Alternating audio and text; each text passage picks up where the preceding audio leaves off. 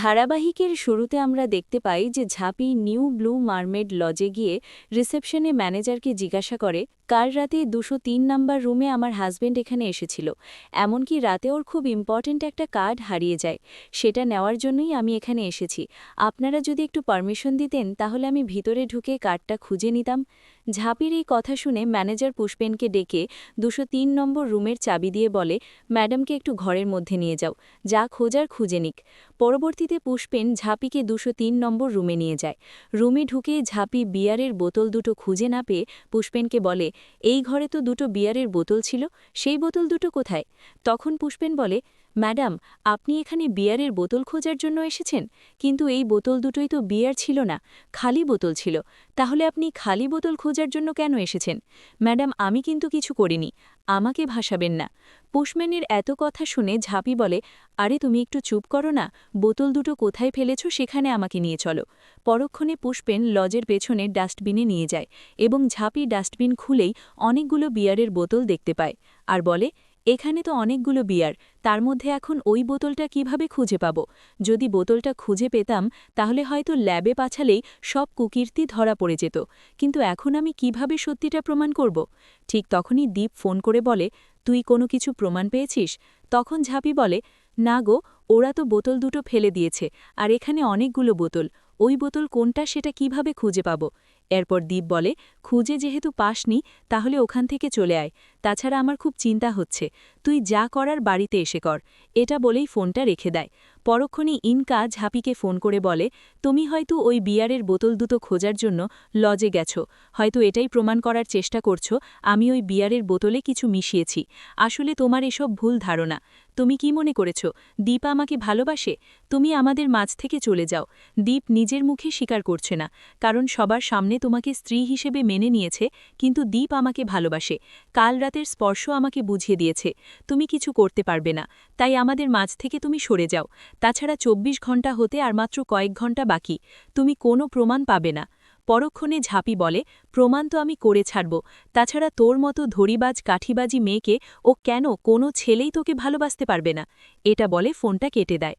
অন্যদিকে আমরা দেখতে পাই দীপ ঘরে চিন্তিত অবস্থায় মুখ গোমরা করে বসেছিল।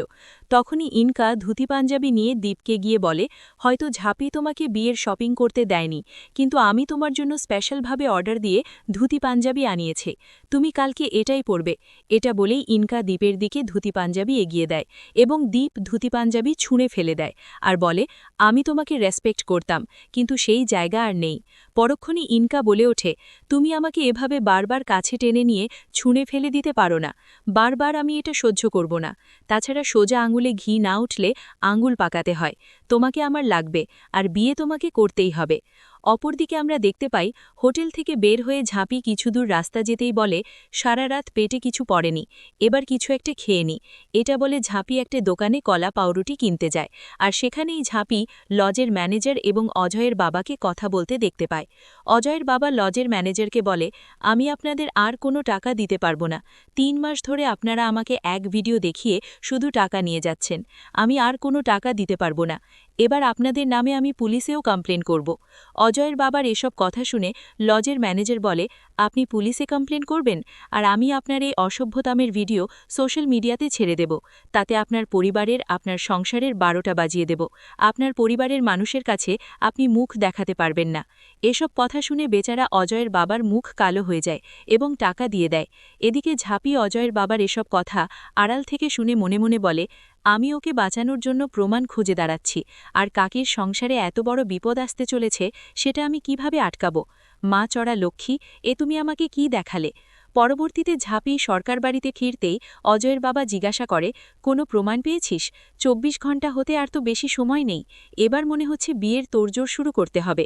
তখনই ঝাঁপি বলে, তোমার মতো মানুষের সাথে কথা বলার আমার কোনো প্রতিভা নেই। এটা বলেই ঘরে উঠে যায় এবং দীপকে বলে, আমি হয়তো হোটেলে গিয়ে কোনো প্রমাণ পাইনি, তবে একটা উপায় পেয়েছি।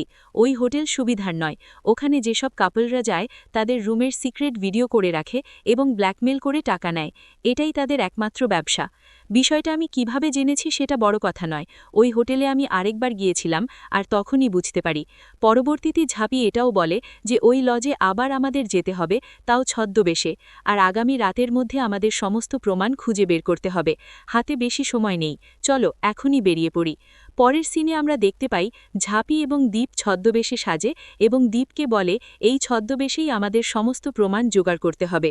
আগামী পর্বে আমরা দেখতে পাব ছদ্মবেশে ঝাঁপি দীপ হোটেলের রুমে গিয়ে একটা সিসি ক্যামেরা খুঁজে পায়, আর সেটা নিয়েই ঝাঁপি বলে এবার সবার সামনে কথাটা বলার সময় এসেছে।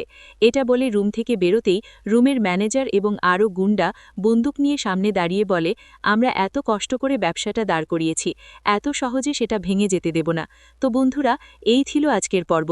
পরবর্তী নাটকের আপডেটগুলো দেখতে আমাদের চ্যানেলটি এক্ষুনি সাবস্ক্রাইব করে পাশে থাকুন। ধন্যবাদ।